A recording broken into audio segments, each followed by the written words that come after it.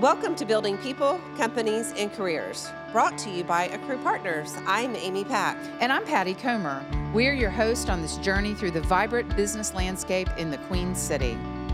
This podcast is an extension of our mission statement at AccruePartners, where we have spent over 20 years fostering connections and building relationships. Whether you're a client, candidate, or business influencer in Charlotte, this podcast is for you. We are immensely grateful for your support throughout our journey, and now through this podcast, we're excited to share the stories that have defined our path. So let's dive in. Let's do it. Hello, everyone, and welcome back to Building People, Companies, and Careers, brought to you by AccruePartners. We're here in our office, actually, and I'm your host, Patty Comer, and always with me is Amy Pack, my business partner. Hello, everyone. It's great to be back here for yet another episode. We're the co-founders of AccruePartners, and in this podcast, we are bringing you a very special guest today. Brian Formato is the CEO and founder and principal of Groove Management, leadership consulting company, as well as LeaderSurf, which is also, I'm going to call it a recreational therapy leadership company. I don't know if you've used that as your tagline, but we've used Brian personally here at AccruePartners multiple times, multiple years for lots of different opportunities to coach Amy and I personally and our team. So we thought it was really important to bring a guest that has such an impact to the talent in our community.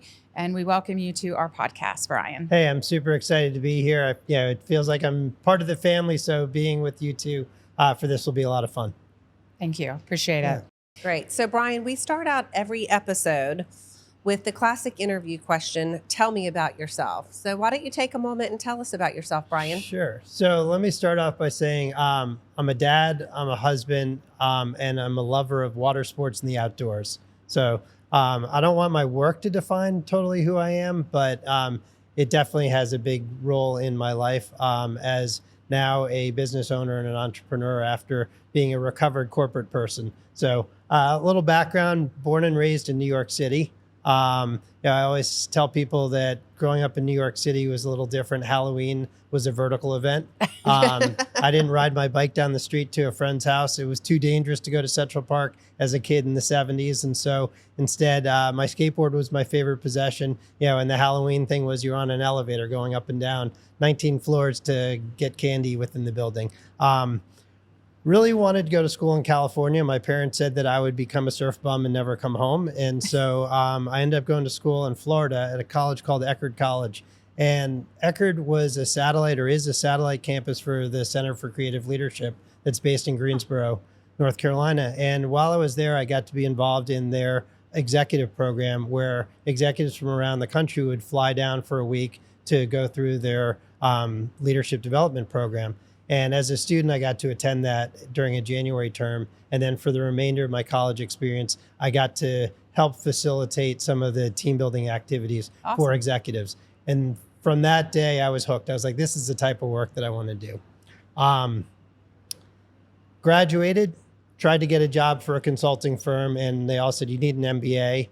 And to get a good MBA, I was told you need 2 years work experience. So using family connections, I got a job on Wall Street. And so I got a job working for Bear Stearns as an international management trainee and started in this program where, I interviewed on Park Avenue, thought that's where I was going to work. And then they said, report to Brooklyn on your first day. Having grown up in New York City, I'd never actually been to Brooklyn. Oh, wow. And so I took the subway to Brooklyn and started this job. And I shared a terminal with another employee because this is back like in 1993. And so we had these amber terminals that we were managing trades for other companies. And then once a week, we went to this training program where we got exposure to executives. I lasted 9 months there. I absolutely hated it. It was all about who you could step on to get ahead. And what I'd studied in school was how to collaborate and work as a team. And so I quit and I said, I'm never going to let family connections define my future. And I applied for and got an HR assistant job working for Golden Books, children's book publisher, and just really learned the ropes of all things HR in that role, from recruiting to kind of performance management, employee engagement, et cetera. And the company acquired what was called Broadway Video's video assets. So it was a library of Lassie, Underdog, Lone Ranger, all these things. And it was run by Lorne Michaels, who does Saturday Night Live. And so 50 employees from his company joined Golden Books. And I actually ran post-merger integration as like a 24-year-old. And it was awesome. Yeah, getting to know that team, trying to figure out how to map these two cultures that were very different in two companies together.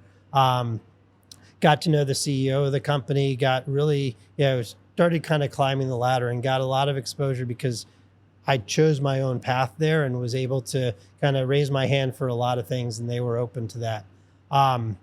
My wife, girlfriend from college, who became my wife at the time, was getting her master's at Columbia Business School. After school, she was offered a job in Washington, D.C. or Alexandria, Virginia. So I left Golden Books to be a trailing spouse and moved to Virginia. Worked as the head of HR for a medical group for a year. And then I joined the AARP's pharmacy service to run talent development and learning and development there. And it was a great job. And they actually sponsored me to go to grad school. And so I went to American University, got a master's in organization development there, which really kind of opened my eyes to this executive coaching and the thinking around, how to make culture and people your greatest asset in an organization. And instead of this expert consulting model, what they taught us was process consulting. And so it's the use of self, and it's the idea that rather than coming in to solve the problems for the organization, you facilitate them to their own answers. And that way you've taught them to fish rather than fish for them. And that kind of really created my path forward. Worked for the Motley Fool as their head of organization development during the .com.bomb days. We had 450 employees, and I helped us downsize to 86 employees and laid myself off in 2001. Awkward experience, but still a great one, managing kind of how the media was going to view a giant layoff and how we did it the right way and treated people with respect and dignity.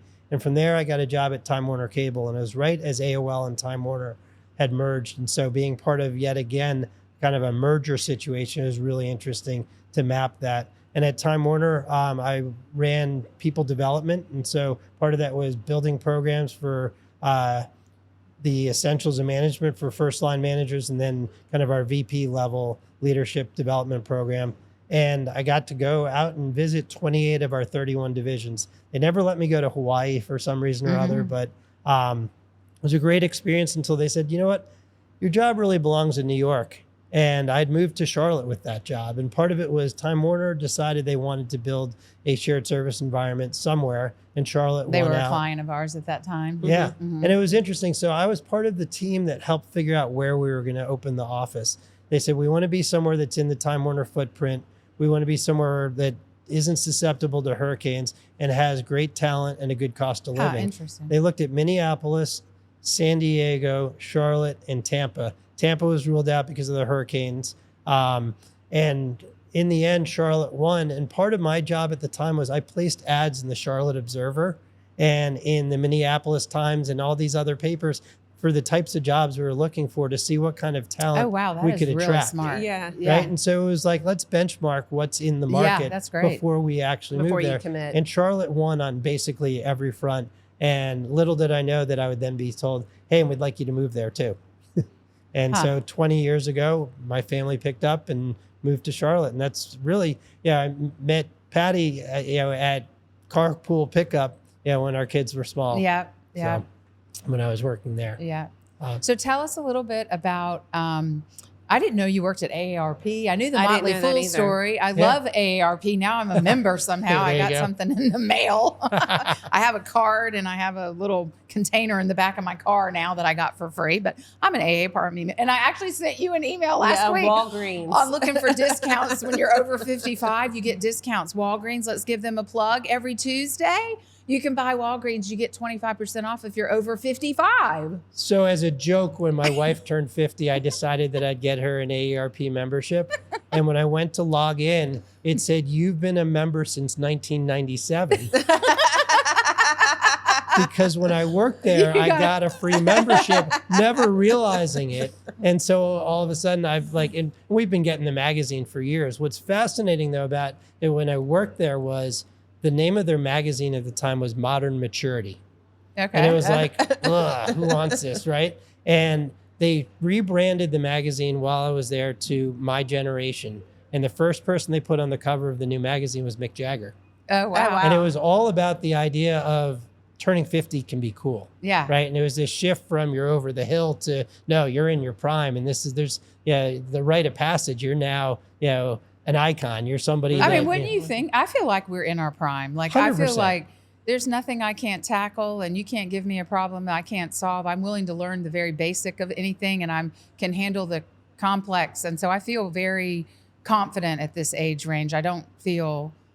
I'm 100% with you. Yeah. I can't run as fast. Yeah. Well, I don't know about that. I will tell you, this month on the AARP magazine is Brooke Shields. I saw that. And I took Amy up to New York. We saw Brooke Shields in her whole act, and she's one of my all-time favorites. That's awesome. So when I opened, I was like, Brooke, I have it in my car actually to take to the beach with me this weekend. I love her. So I'm sure your audience is really excited for us to be talking about AARP. Hey, we have clients, and all the clients are Gen X. There you so go. that's a good thing. That's awesome. Okay, so let's go from that's your corporate life. And I love how you said you recovered from your corporate life or whatever. So then you went into leadership development. You knew from a very young age that's where you wanted to be, but you had to earn your skin and do your hard times in corporate America.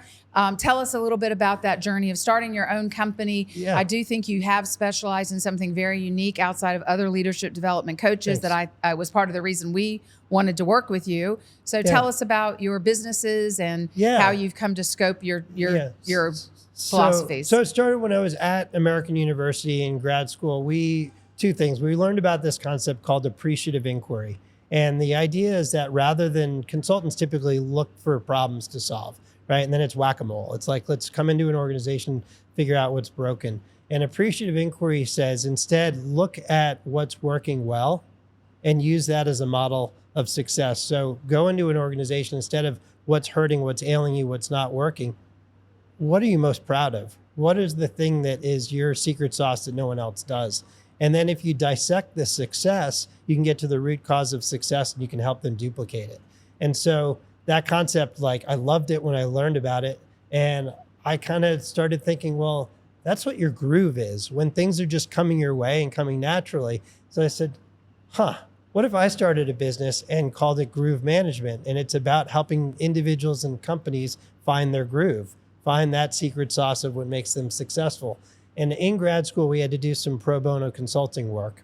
And so we had to come up with a fictitious company name. And so I came up with the name Groove Management. I went on, it was like, I don't even know, GoDaddy or even before that. And I registered groovemanagement.com and I built a website that had this Rasta guy dancing was the logo.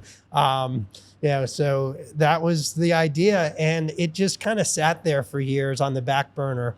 And when I left Time Warner in 2006, when they wanted me to move to New York, I kind of took a package instead and was trying to figure out what's next. And I decided, hey, I'm going to start this Groove Management business. And the Whitewater Center in Charlotte was just opening. And so I went out there and I met with Jeff Wise, who had started it, and this guy, Lance Knurk, who was the head of marketing. And I pitched them on, what about opening a learning and development center out here? And they loved the idea. And they said, we're $35 million in the hole. We can't afford any of that. But if you want to bring people out here, we'll give you discounts. And so I revamped the Groove Management website to do outdoor experiential learning and started pitching it to companies in Charlotte. And one of the companies I pitched it to was Red Ventures.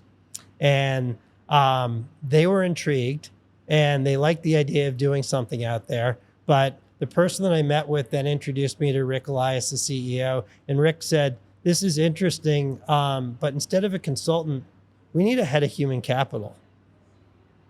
Would you be interested in a job?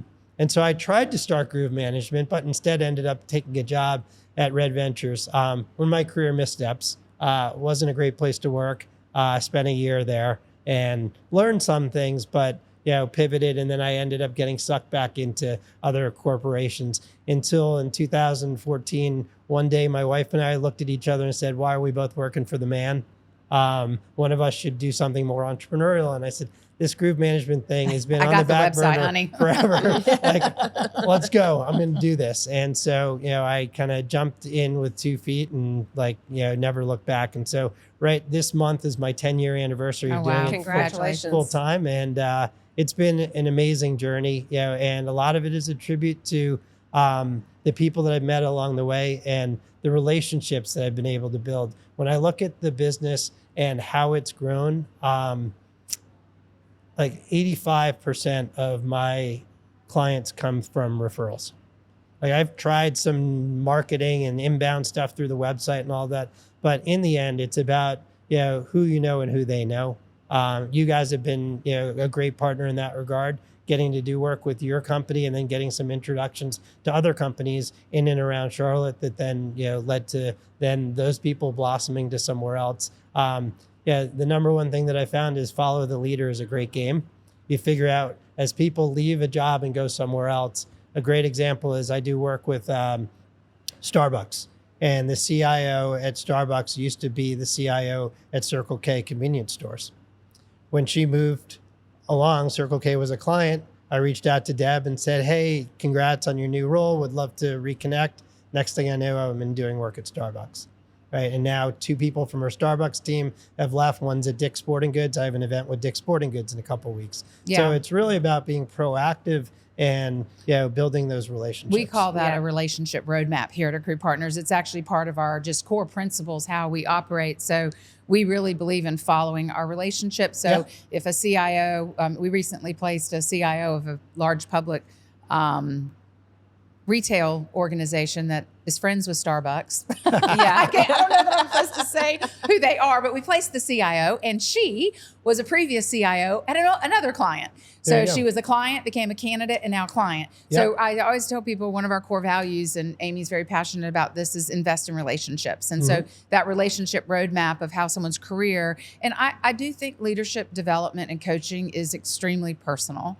It's not only personal for you receiving the feedback or going through the experience, but it's also really personal with where you want your company to be or how you want your culture. And I mean, I know we have a different kind of thump around here, and it takes a unique person to be willing to coach 2 very dominant female owner leader type people and who are stubborn and opinionated.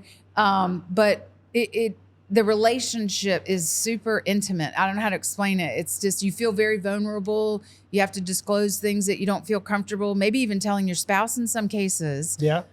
So I can see where the relationship roadmap is really critical to your business, because they trust you to make them look good or help them fix their team or get everybody on the same page. I know those are some of the things we've used you for. Yeah. And you made a really good point, which is that relationships, like, I always look at conflict and tension as a positive, because you don't tend to get involved and engage in conflict with people or things you don't care about, right? The person I fight with the most is my wife, because we both care about each other and about the same things. And I know that she's not going to pull out a gun and shoot me. Right? But so there is some level of like psychological and physical safety involved there. But when I look at my best clients, like, they're people that I built such a strong rapport with that we can actually get into some pretty heated and ugly fights. I had a coaching call with the CEO last week, and we got into it. And it was like, I was super uncomfortable. He was super uncomfortable. And at the end I said, thank you for going there. Wow. We both actually learned and grew through this. Right. And so I think that's one of the things that's been different about kind of my approach. Is that I truly care, and I truly, make a commitment to the people that I work with, to the point that sometimes it gets messy and ugly, and that's okay. Yeah, we always tell everybody at AccruePartners, build that relationship with your client or your candidate. It's then easier to deliver hard information. Yeah. They will respect you for it. And then it just takes that relationship and elevates it to the next level. And teaching the younger ones that can be difficult, but once they cross that bridge and they see where it gets them, then it's a lot easier going forward. Yeah. Yeah. I mean, the other piece of that is authenticity and vulnerability. Right. And I think this is one of those things that the older you get, the more self-assured or more comfortable with who you are and how you are, you become, right? People say that you get wise with age. And I think wise is actually almost a pseudonym or synonym for self-aware. And so you know how you're going to react in different situations. Being willing to be vulnerable, being willing to put yourself out there and be somewhat awkward, it endears others to you. Nobody likes perfection. They're afraid of it. And so when you show your scars or show that you're not perfect, it actually attracts people to you in a way. And so getting my clients to lift the facade and let people see the raw self, I think is one of the things that I try to focus on in the coaching. And the other is this idea about your coach is also your accountability partner. Yes. So when I get on a call with somebody and they're 5 minutes late, I challenge them on, is my time not as important as yours? Right. And it's a bit provocative and I do it on purpose. And it's really because it's like, look, you only have this time carved out. And the reason that coaching is so effective is that had it not been for the coaching, you wouldn't spend this time reflecting on yourself and getting better. And so the coaching is an investment in you. And so if you shortchange it, you're not hurting me, you're hurting yourself. Right. And so this is 2 hours a month maybe that you have to invest in this. And when I end a coaching engagement, because like either time's up and we decide that we're not going to continue on, or the company says, hey, we paid for a 6 or 12 month engagement. And after that, when I follow up with people several months later and ask them, what did they miss? What was the best part? They say it was dedicated time to have a sounding board and to reflect on me. That like just your schedule gets filled up with everything else, and that coaching creates space for reflection. Yeah. Well, I don't know, I have a leadership coach for myself personally, and then we use coaches here at Accrue. I always feel like you have to be prepared. Like I can't show up to my Monday appointment to meet Angie. I better have done my homework because I'm driving all the way to see her. And it is like going to the gym. You have an accountability partner. I have appointments at the gym. I have appointments at Pilates. I have a nail appointment. Like we have appointments, and I feel like your own personal development has to be an appointment. Like, especially when you're a business owner and you don't have a boss, sometimes you kind of have to hire a boss. I know for me, that's what it feels like, is that I'm hiring a boss. Yeah. And I do tell the coaches, like I can't hire someone that's a pushover. Most people won't give Amy and I feedback because they're scared of us.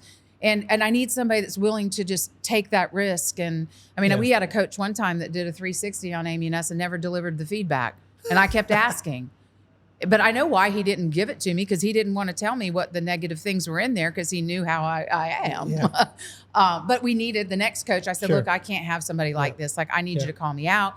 I need you to, point out my blind spots. And I do remember one thing, one of the sessions with all of the staff that we did for you, we've used you for all hands meetings for everyone. We've used you for leadership coaching for the leadership team. We did the Strengths Finder. Oh yeah. And I actually tried to open my Strengths Finder the other day to prepare for this. I know I'm all orange and Activator is one of them. But it was really good to focus on what everyone was good at and hone into how you approached someone. I mean, I knew like with DISC and all that, like I'm a dominant, she's an influencer, so we know. But with that one, it really made me look at people in the company that I had never thought had a whole lot of value in here. And I saw like some interesting purples. Most everyone in here is orange and confident, Activator, go. And then we had a couple of these futurist and focused. And I think you did it with my son as we did intern. Sure, he had a bunch of purples and it really helped me go, oh, wow. As I approached this person, he's definitely, Harrison's an example of that works here. Ferone, his dad was a VP of HR client that referred him to us, and he's been here for several years. He has some interesting purples in his Strengths Finders. He's an interesting person. He's very thoughtful. He doesn't speak up, but when he says something, it has the magnitude of an earthquake in here. So I really loved that one because we could focus on everyone's positive energy rather than what do you have to improve upon? Like, it was really cool to go, oh, let's go to Harrison on this because we know this kid is thinking different than she and I are thinking orange all the time. Maybe that's why the color of the company is orange. Yeah, there you go. he's got a different perspective, and he's very successful. He's a top biller. He's amazing, When but he he doesn't talks, have our, everybody listens. yeah, he doesn't have our same code. So I know I got off. No, topic there. I think that's awesome. I mean, one of the things that was cool is that you guys are always open to trying things and doing things differently. And I like unconventional. And so one of the things that we did specifically with your organization around the Strength Finders, I don't know if you remember this, is everybody got their strengths as a tattoo. Oh yeah, Right. We did that's marry. It was right. the idea of being Yeah. married to your strengths. And so we made temporary tattoos with each person's strengths. And so the idea of like, wear your strengths with pride, Yeah. like whether Yeah. it's on your arm or wherever. yeah. I kept mine but- at my desk for years. I Yeah. pulled mine out just yesterday and stood my Yeah, we had 'em frame framed. back Yeah, on that's it. right. We did the framed ones too. Yeah, and Yeah. everybody, a lot of people still have them that are still here. Yeah. Okay. Cool. Well, let me maybe for the audience, you mentioned lots of name brand clients, and Yeah. we're a smaller company in Charlotte, and I know you've got clients California, Charlotte, all over. For those people out there who've never used a coach, Sure. or a company that's never hired a coach or is thinking about it, we didn't know the very first time we bought leadership coaching. We were just like, we need some help. This guy can and do that. We didn't know what we were buying, and everybody has a different. One coach we had was more like break everybody down, make them cry, and then build them back up. And we were Yeah. like, after that, I don't want none of that mess. We're already crying enough. And you had like an MBA philosophy where I remember you telling me, I take business school applications and bring them into the work environment. And I wanted that when I was buying leadership development, because I felt like that was Yeah. more of Amy and I's vibe or groove. Yeah. What advice would you give for someone buying leadership development? What are things to consider and questions to ask? Yeah. And, So I strongly believe that coaching is about chemistry, that the person that you're working with, that you have to want to spend time and feel a personal connection to them. My philosophy on coaching is that it's like personal training for the brain. If the coachee is not serious about getting in better shape, the best coach in the world isn't going to be able to help them. And so this idea about assigning a coach to somebody and saying, you need a coach. Coaching back in like the 80s was remedial. It was seen as something that was done to fix, like it was like charm school, right? It was to fix problems with people and take the rough edges off. That's completely changed. Like you take the sports analogy, and every athlete has a specialist coach that it works specifically with them to hone their skill around something.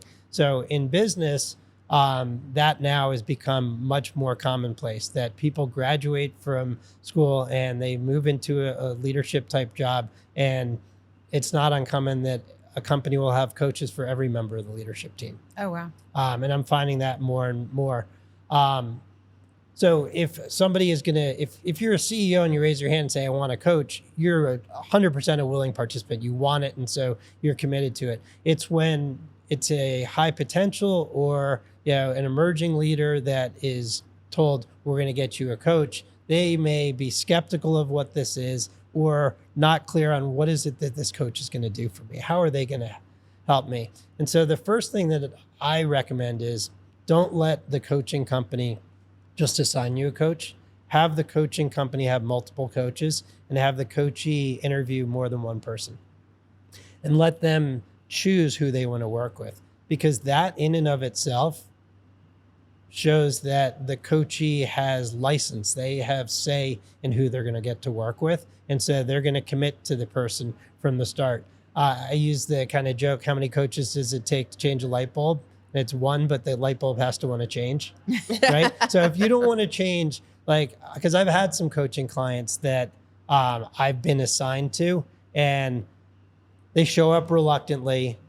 I have to drive the entire conversation. Like they don't come with, here's a situation I'm dealing with and I could use your insight or help. Instead, they're just kind of waiting for me to ask questions and facilitate. And it's much more exhausting. And so, the idea of the coachee actually having a clear set of, here are the things that I want to explore. And the way that I look at it is that leadership, to me, the number one thing that differentiates the best leaders from all others is self-awareness. And so the coach's job is to help you see the back of your head, the blind spots, and help you identify what are your superpowers and what's your kryptonite. And the kryptonite is my way of talking about weaknesses. But we all know in Superman's case, kryptonite, is his weakness, but it sounds cool this green substance that gets him in trouble. But he's told the world about it because he feels that more people will shield him from it than use it against him. So if I can get coaching clients to own their weakness, call it their kryptonite, say, I'm just not patient. Patience is my kryptonite.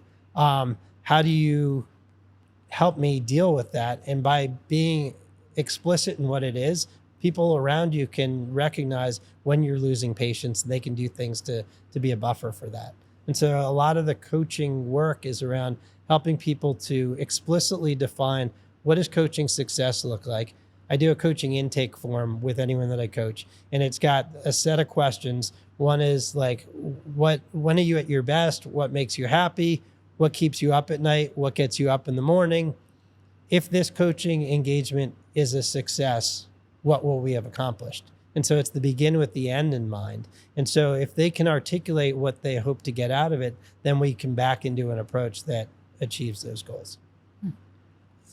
I would be curious, in today's environment, we went into the pandemic, coming out of the pandemic, there's been a lot of headspace conversations. Are there any themes that you're seeing in your coaching today more so than others? Yeah, I think people are struggling, and I think it's the connected world that we live in. The barrier between work and life is like completely gone. And because still hybrid, remote, work from home, work from anywhere, it's making it really hard to create boundaries and allow people time for their personal life and their work life. So a woman that I've done some work with named Claude Silver, she's the chief heart officer at Gary Vaynerchuk's kind of media company in New York. And she has this great quote. She said, whoever came up with the term work-life balance had it backwards. It should be life-work balance. And I love that. And I think this is one of the things that whenever I do a coaching engagement, the first thing that I start every coaching session out with was, how was your weekend? Did you do anything fun? What's going on in your personal life? Because if your personal life is screwed up, then you're not able to dedicate the time and space to your work life, and vice versa. And you have to create balance there, right? Because some people, if their personal life is in shambles, they actually divorce themselves from their personal life and they marry themselves to their job, which isn't healthy either. And so you've got to figure out a way to have that balance. And so I think since the pandemic, the work from anywhere, and now the fact that, between Slack and email and all these other technologies that are so in your face, and as much as I've always been a huge proponent of video, I think that it's made it harder and harder to make that separation. So a lot of the coaching conversations are around, what are you doing for your mental health? And I do like that there is, between fitness trackers and so forth, there is more focus that people are having on their physical health. And so I think that does have a big say in, how effective you can be at work. Become a big proponent of getting a good night's sleep. Well, and it avoids burnout. And there's so many definitions around burnout. But I do think that we say work-life integration, but life-work balance. Is that what life-work balance? It's interesting. Yeah.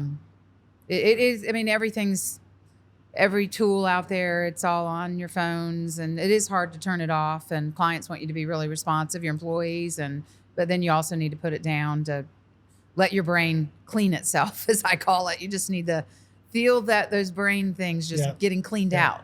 It's interesting because for me, the two times that I do my best thinking are when I go for a run and when I'm in the shower. And the only thing that both of those really have in common is that there's no technology there. The phone is on my nightstand, which is terrible. It's with me at meals. It's it's always there. But when I go for a run, other than my watch, which is just keeping track, and when I'm in the shower, that's when when I'm most creative and I come up with my best ideas. And so figuring out ways to put the technology away, but it's hard. Take a Saturday and say, hey, I'm going to leave my phone behind. Yeah, and all of a sudden I can't check out at the supermarket. I think we're addicted. They've built it. They've built it for us to be addicted. Yeah. Mm-hmm. You mentioned that about being creative and in the morning or in the shower or whatever. one of the things that you have been creative was that forward fill philosophy. Okay, yeah. So talk to us a little bit about, because it's obviously in our It fits space in with your space. talent, Yeah. and with the economy and the Yeah. job market as crappy as it is. You do have a really interesting philosophy about filling forward, and talk to us a little bit about that. Yeah. So one of the things, turnover is inevitable in any company, in any job. And so there's, forced attrition and unforced, right? Yeah. Unwanted attrition. But what happens is when somebody leaves a job, there's an opening, and the immediate, comment is, let's backfill that job. And so I worked for Bobcat, the construction equipment company that made excavators and, equipment for backfilling. Like, backfilling is literally filling a hole with the dirt that was once excavated. So if you backfill a job, what you're doing is you're filling the job with the same material that was there before. So you're looking for a candidate that maps to the person that just left the job. And then that doesn't make sense, because they left either because the job was boring, they were overqualified, the job was overwhelming, they weren't capable of doing it. The job, there's a myriad of reasons, but there was a misfit there somehow or another. So the concept of forward fill is, all right, the person left, you have a hole to fill. Rather than filling it with what was there, think about what are the current and future needs of the position. And don't take the job description that you have and just repost it or edit it. Start with a clean sheet and say, what are the needs of the business? How would I think about this job differently? The requisite skill sets may be different. Like, we've talked before this a little bit about AI and how it's changing things.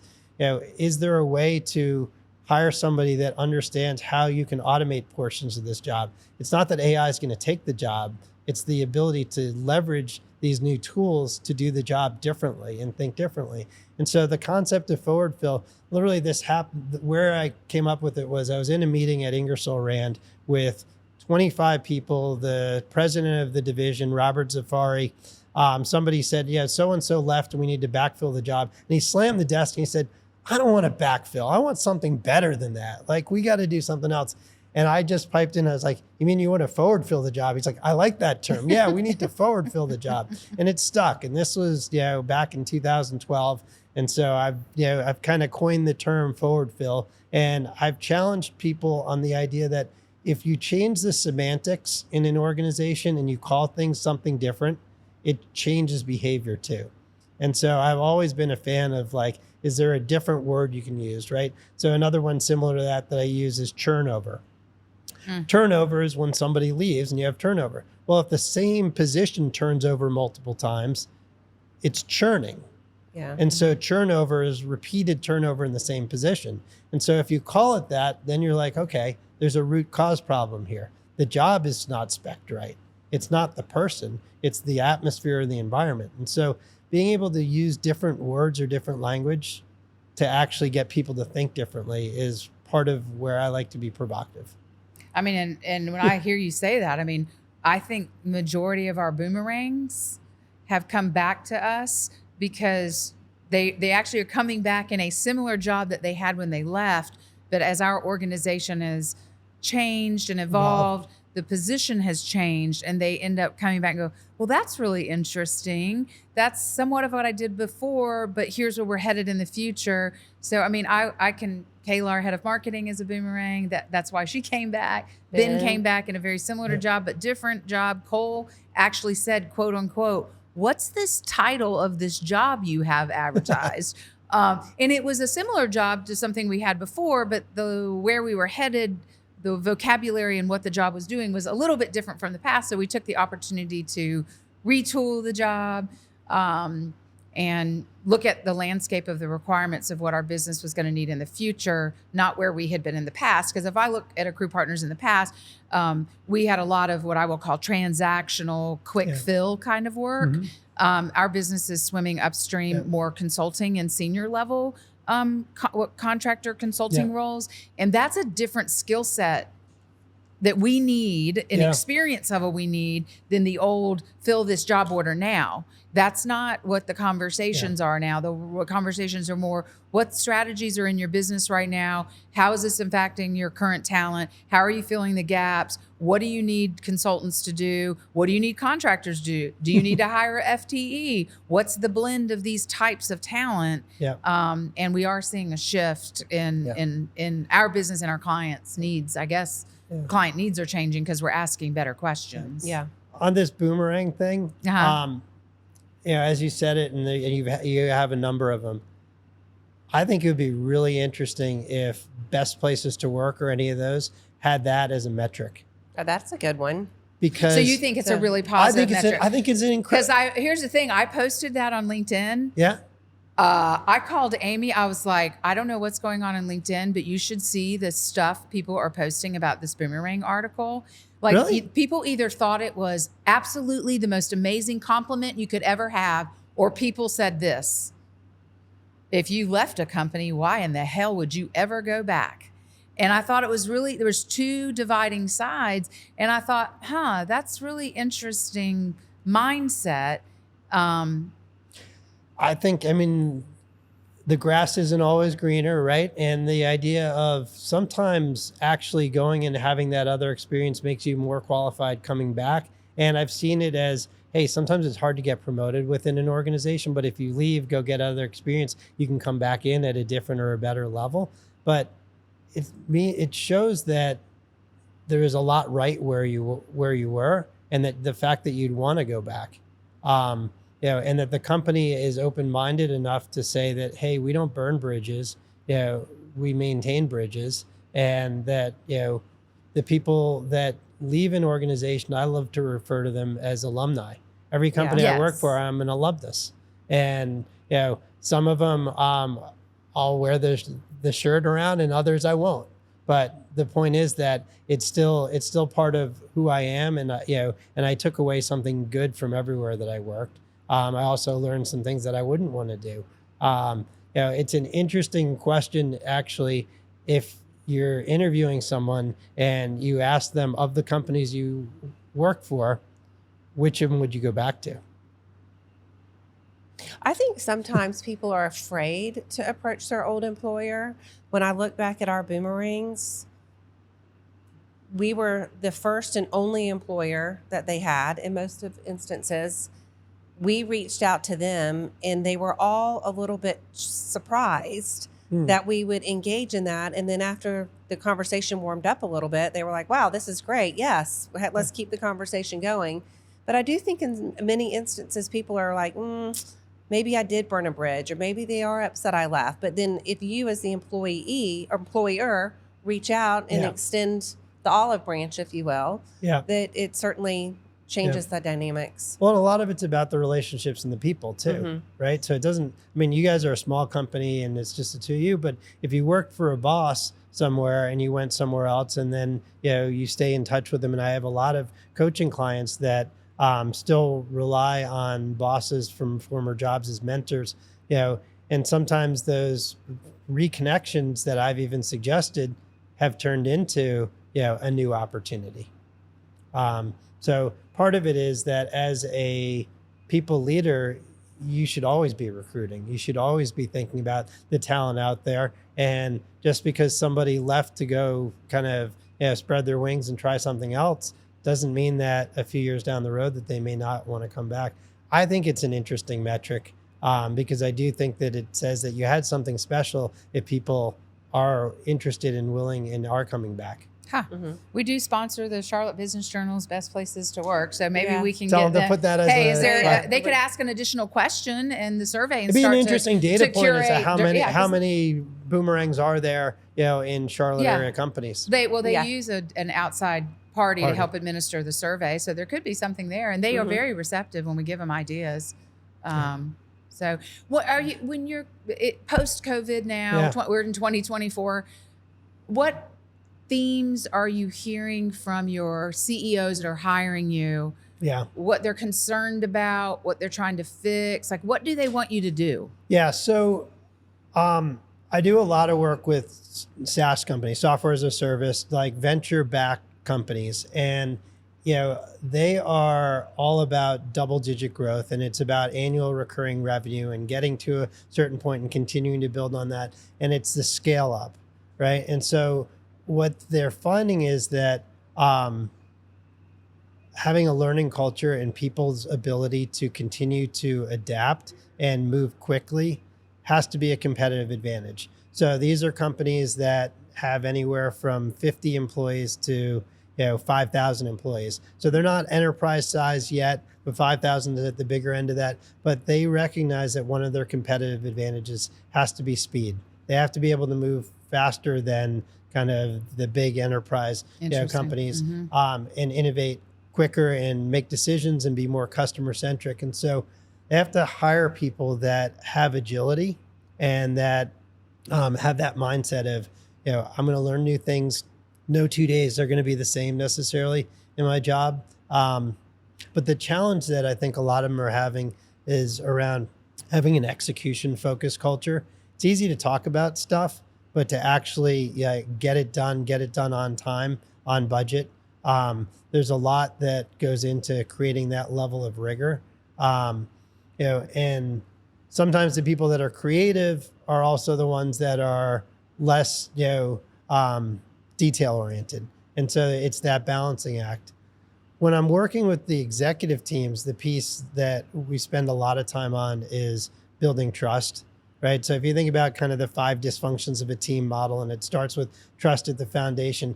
If people are invulnerable and unwilling to let their guard down, then you can't have the difficult conversations and build rapport. And so spend a lot of time with executive teams, getting to know each other on a much more personal level and getting to know people's backstory and about things that shaped who they are in their life, and getting people to open up about that. Because once that happens, then people are much more willing to go deeper and to engage in some conflict, to really fight over issues, but not fight with each other, but like put more on the table.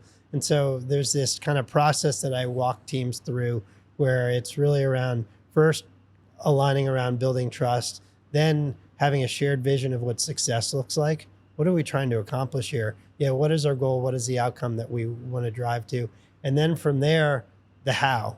And the how is around, what are your team norms? What are the behaviors that unwritten that you guys engage in that are good? And what are the ones that are unwritten that you engage in that are bad, right? Hiding behind email to share bad news is a bad one. Like, can you learn to pick up the phone or have a face-to-face conversation, to share bad news? I think in the recruiting world, it's like when you reject a candidate, do you reject the candidate over email, and do you tell the candidate they got the job in person? Why wouldn't you do both on the phone? Yeah. Right? Because the brand that you're representing, you want that person not to leave with a bad taste in their mouth. Yeah. You want to give them constructive feedback about why they didn't get it. Yeah. I mean, there's all types of LinkedIn posts about ghosting candidates and how people feel, after 6 or 8 interviews, they've invested case studies and then they just get a rejection email with no phone call. And I think some of that's just people are so scared to be honest because they might say something that will get them canceled or hurt their feelings or get published on the internet, and they can't really be honest. But at least give them the courtesy to know they weren't selected. You might not be able to give them. In the past, we would give a lot of feedback. We just can't anymore. And so I do think we're really passionate, and we stay on the recruiters here. Good, bad, or indifferent, you got to get to them and let them know the feedback. Even if it's not positive, at least they know what's going on in their search. The unknown for all of us is scary and uncomfortable. And you just want to know, do I need to go look for another job? Do I think I'm going to have this? I had lunch with a candidate this week that got in the market 2 weeks ago. She had 16 interviews in 2 weeks, I was so excited because the market is tough. And she had, in 2 weeks, 6 interviews with one company.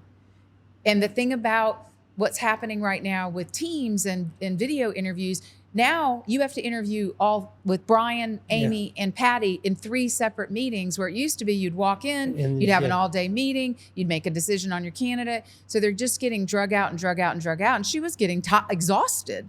And she just asked the corporate recruiter, like, can I know how many more interviews Are we getting close to an offer? I have other things, which really she didn't have anything That's else all right, she you was gotta bluff a interested little in. bit. But she was using good sales skills Yeah. to say, I have other things and I've been on 6 interviews in 2 weeks.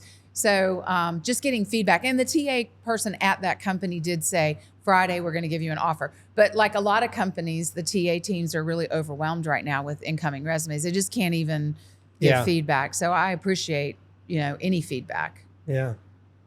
Okay, let's go into rapid fire. This has Rapid been fire. great. So, Okay, so what is your first career memory? I mean, you talked a lot about your career, interesting things that Yeah. you did, but what is the one thing that stands out the most? So when I started at Bear Stearns, right? So I full suit like every day and take the subway and go to this office and sharing the terminal.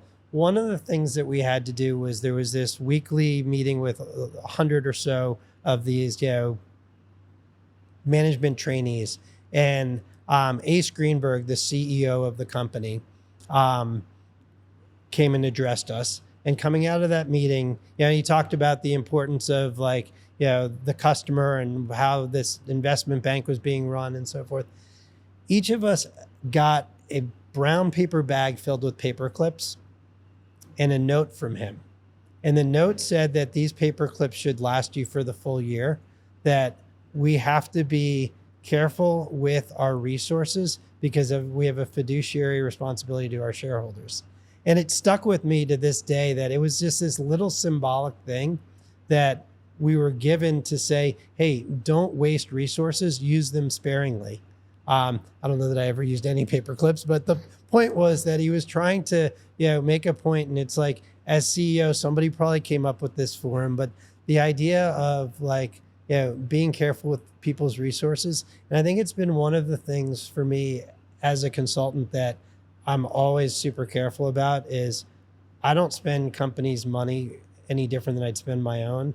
And so, whether it's like, no, I'm not going to have a porter carry my bag, or I'm, not going to take the more expensive flight or whatever. If there's a connection, it's going to be a little bit cheaper and get me there within the same hours or whatever. I'm going to be careful with other people's resources, and I'm careful with my own resources. And I think it was a learning from just, that first job. And the irony of it is that Bear Stearns blew up in the 2008, financial crisis. And here was this prestigious, bank that I had worked for. It's kind of scary when I look back and I say, okay, Bear Stearns is no longer in business. Golden Books is no longer in business. They got bought. Time Warner's no longer in business. Every company I've taught now. maybe you should mail them a bag of paper clips. There you go. We have a rule at AccruePartners that's no Post-it notes. I think they are a complete waste of natural resources, the dumbest thing that's ever been invented. And all you do is put Post-it notes everywhere, and then you throw the shit in the trash. Or you can't find it because it got stuck to something that it else. wasn't supposed to be stuck so we to. don't have any Post-it notes here. We do. We had one marketing thing that we put our logo on, but we don't buy Post-it notes. There's none. And you go. literally they know, don't ask for them. Yeah. So that's an early career memory, was just the importance of being frugal with resources. Yeah. Something simple but meant a lot. Yeah. Mm-hmm. Yeah. What's on? I don't remember. So the who food was your one. best and worst boss? It's interesting because I use this in my coaching work. Is I have everybody that I coach, and we do this in a session. It's a T chart, best boss, worst boss. And then I ask them who they are and what are the attributes of each. And then I ask them, of the attributes of your best and your worst, how many of those attributes have you actually taken on yourself? And because sometimes bad boss behavior wears off. I worked for somebody that cursed like a sailor at Ingersoll Rand, and I came home and was dropping F-bombs, and my wife was like, what is wrong with you? It's like, it's just this situation. But so my best boss was actually a guy named Steve Arneson at Time Warner Cable. And he was the head of organization development, had come from AOL, and he had been at Pepsi before that. And he believed in me. He trusted me. He gave me a ton of autonomy in the job that I had. And one of the coolest things that he ever did, my daughter Olivia had just been born. My wife and I have been career competitive, and she was home for 6 months taking care of Olivia. And about 2 months after she was born, I was back, road warrior, back out on the road. Came home from a business trip, and Brita, my wife, says to me, I got the nicest personal handwritten note from your boss. And it said, Dear Brita, congratulations on the birth of your daughter. I know you're making a commitment to stay home to take care of her. I just want to let you know that Brian is out there doing amazing work for the company, and I very really much nice. appreciate this. And it's stuck, and to this day, people say, "Oh, Steve was the best boss you ever had." And I mean, he was pretty good. But the point was, I use that story often when people say, the power of a handwritten note is unbelievable. A simple thank you, and not to the person, but to the family. A gesture, a gift, something that goes beyond, that shows that you care. A gift card that says, hey, take your spouse out to dinner. It's been a long week. Those little gestures. And so Steve instilled kind of the importance of appreciating the whole person and their situation. Yeah. Very really true. important. There is a lot of power in the handwritten note. Yeah. Yeah. The worst boss was an AARP guy who, he was a total liar. He, showed up in the office, and I don't know what he did all day, but he didn't really do much. And at one point, I found out that he had FedExed something to his sister or whatever and forged my signature on the waybill. Because the department, we came back to my budget or whatever. I was like, that's not my signature. And so the guy was just, he was using company resources to do shady things, and he was just no interest in my growth, my development, or anything. And just, and he was allowed to just be. And it's like, it just disgusted me. We've all had bad bosses, but I do love, when we do coach with you, you are really real, and it doesn't feel like very scripted, like trained leadership development. There's a difference in some coaches where it's real life experience, and then some are like, they go to a certain school and they use a certain format. You do seem to have a lot of genres or tricks in your toolkit. I appreciate that. Yeah. It is different. So in the grad school program that I did, one of the, literally there's a class referred to as the use of self. And the whole idea was that if you use yourself and your own experience, and you tell stories, and you make yourself kind of the case study, you get a lot more buy-in from others. And I think this is one of the things where why Groove Management, if I had tried to stick with it in 2008 or 6 or whenever that was, 6, it may not have gone that well, is that at 34, I didn't have any gray hair. I didn't have the experience level. Right now, I coach 8 CEOs, a couple of public company ones, people that are in pretty seasoned positions, and I have as much or more experience than they do. Yeah. Right. And so when you're hiring somebody to be your coach, and that coach is greener than you are, it's really hard to see that you can extract as much value. Well, and I think as a founder, it's even more important to have external partners, because in our case, we've worked here for 22 years together, and we worked together for 5 or 7 prior. So sometimes your perspective in your own 4 walls, you kind of run out of, even though you're a voracious learner, and we're learning, Amy and I are always out exploring and learning, you still just need other people's perspective. We hired a new CFO a year ago, and she came from a client actually. And it's just very interesting that she's worked somewhere else. She saw different behaviors. She's brought so much because she's different. And I do think in working with you as a leadership coach, it's you've seen other companies and you give us feedback, and it's always been really good. Cool. Okay, so let's talk about Charlotte. So obviously you live in Charlotte. Britta's living in Charlotte too. Yeah, we've been here for 20 years Okay, now. so tell us what area of town, what some of your favorite little spots. Yeah, so when we moved from Alexandria, Virginia down here for this Time Warner job, and we fell in love with this house that we've now had for 20 years. Our whole thing was we had promised each other, we're both water sports and water enthusiasts. We said, wherever we move next, we're going to live on the water. And so when we moved to Charlotte, the realtor that we had was down in Ballantyne. They didn't know anything about the lakes, corporate relo person, but they showed us some stuff on Lake Norman, some stuff on Lake Wiley. We had this printout of all these houses, and I still have it. And circled was this one house that then was no longer on the market. And it was on this lake called Mountain Island Lake. I was like, what the hell is that? Is it this little pond or something? Turns out that Mountain Island Lake was the first of the 3 lakes in Charlotte. Okay. The Duke dammed up in 1924, so it's 100 years old this year. Oh, wow. And it is where all the drinking water from Charlotte comes out of. So when you turn on your tap, it's coming out of Mountain Island Lake.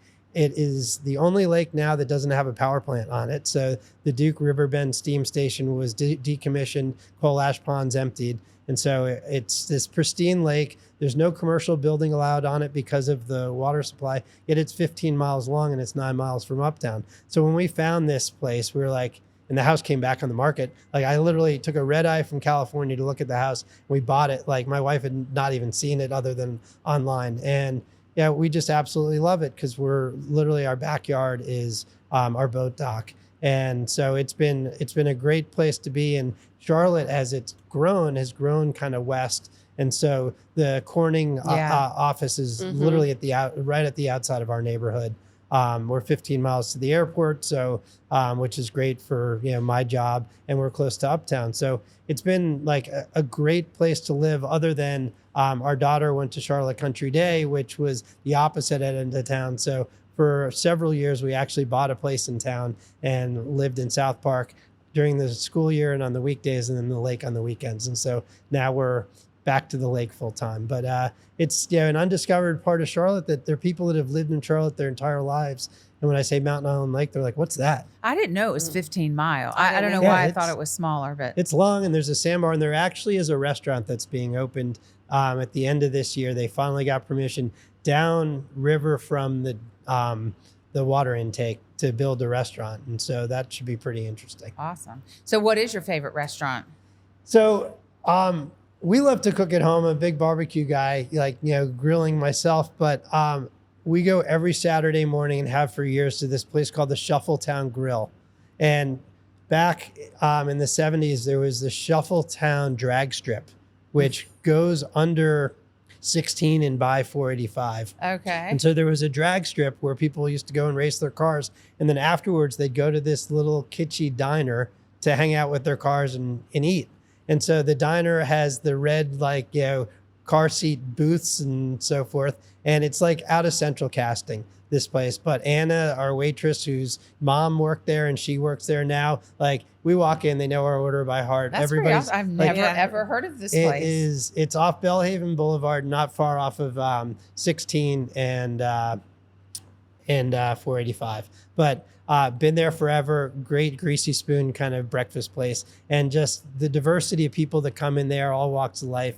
It's like when politicians go to the local diner. That's what this place is. Yeah. So I have cool. to ask you, since I'm in the grill market, tell me a little bit, what you said you're a big griller. Do you have a Traeger and a this and a that? What's your green egg? What's your so back to my frugality? Okay, you're buying something at Lowe's. So the green egg, cool, but the ceramic and the cost of it was I didn't want to spend that money. So I bought this thing that's called a char grill acorn. It looks like a green egg, but it's instead of ceramic, it's made out of aluminum or stainless or steel. Okay. And this one has a thermostat and it's Wi-Fi controlled. So you basically can set the temperature at I want to slow cook at 200 degrees. You set that with your phone and it keeps the temperature at that. And then if you want to change it or monitor it or go out on the lake and still be able to see how the grill's doing. Yeah, because the green egg, that's a problem. Yeah, and literally it was $400 or something. So do you have a bunch of different grillers, or main? That's my main thing. And then we have a regular a Weber gas grill, which maybe once in a while we'll turn on the gas grill, but I'm all about I do these once in a while. It's either a pork butt or a brisket, and it's a 12 to 16 hour. In your Acorn. Yeah, in the Acorn. Okay, I've never heard of that brand. I do remember at Christmas you published this amazing. I use it every year. Brian is it the Brian Formato? No, I call it. It's the Groove Management techie gift guide. Groove Management. I buy my husband's Christmas gifts off of that link. Are you an Amazon 7% reseller? Yeah, there's something. I don't get enough from that. But the thing that's been doing really well that I found a few months ago, it was a Kickstarter campaign. It's something called the Eye Contact web camera. And if you think about it, I've spent my life on Zoom, Yes. doing coaching. And when you look at the camera is mounted on top of the screen. And so your eyes are looking at the person here, but the camera's up here. This company came out with a camera that actually is on a hinge, and it swings down and it puts the camera directly in the middle of your screen. And so you're looking directly at the camera, which is maybe on top of the other person a little bit, but it's not a distraction at all. But the feedback I've gotten It's a better experience. is a much better experience for the person on the other side. And so, well, you've got multiple monitors now, and your Yeah. main computer's Yeah. over here. And I feel like half the time people are looking at my jawline. Yeah. I'm like, so this eye contact camera, they had like an That's cool. affiliate thing, and I put this thing out there, and I think I've sold like 40 cameras or something. Yeah. So you got to follow you on LinkedIn so that you can get the Christmas There lifts you from go. Groove Management, because it is legit. I buy something every year. I love technology, so Yeah. it's one of my hobbies. So Awesome. Great. Well, I think that's a good wrap. Yeah. thank you guys So for thank having me you. on. Yeah, Great it was story. fun. Yeah. Great. So exciting. Cool. Thank you.